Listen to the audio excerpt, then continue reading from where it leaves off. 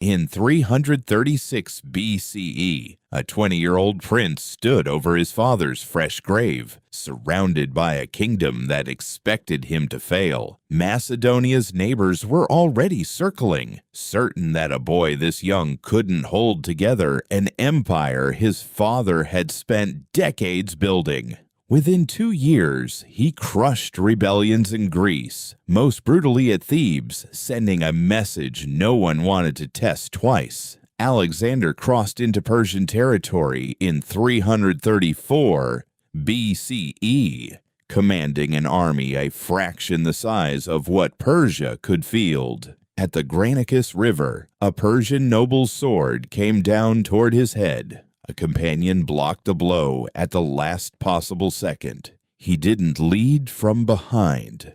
He rode at the front, visible to his own men and to the enemy, gambling his own life on every engagement. At Issus, Alexander used the narrow coastal terrain to funnel the massive Persian army into a space where its size stopped mattering. When Alexander's cavalry broke through toward Darius's own position, the Persian king fled the battlefield, abandoning even his own family. Alexander treated the captured Persian royal family with notable respect, a political calculation as much as anything else. The siege of Tyre took 7 months and required Alexander's engineers to build an entirely new land mass just to reach the city walls. Egypt welcomed Alexander without a fight. There he founded a city that would carry his name for the rest of history,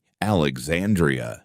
He made a detour to a remote desert oracle, seeking confirmation of something he suspected about his own destiny.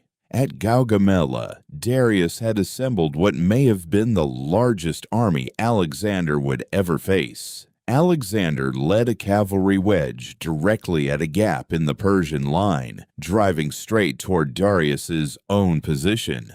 Darius was murdered by his own governors shortly after, hoping to curry favor with the victorious Alexander. At the Hydaspes River, Alexander faced King Porus, whose forces included dozens of war elephants his troops had never encountered before. Standing on the banks of the Hyphasis River, veteran soldiers who had crossed deserts and mountains simply would not go any further. Marching his army through the Gedrosian desert, Alexander lost a devastating number of soldiers to heat, thirst, and starvation. On June 10th, 323 BCE, Alexander died in Babylon at just 32 years old, having spent nearly his entire adult life at war. Alexander never lost a major battle in his life. He also never stopped fighting long enough to build something that could survive without him standing at the front of it.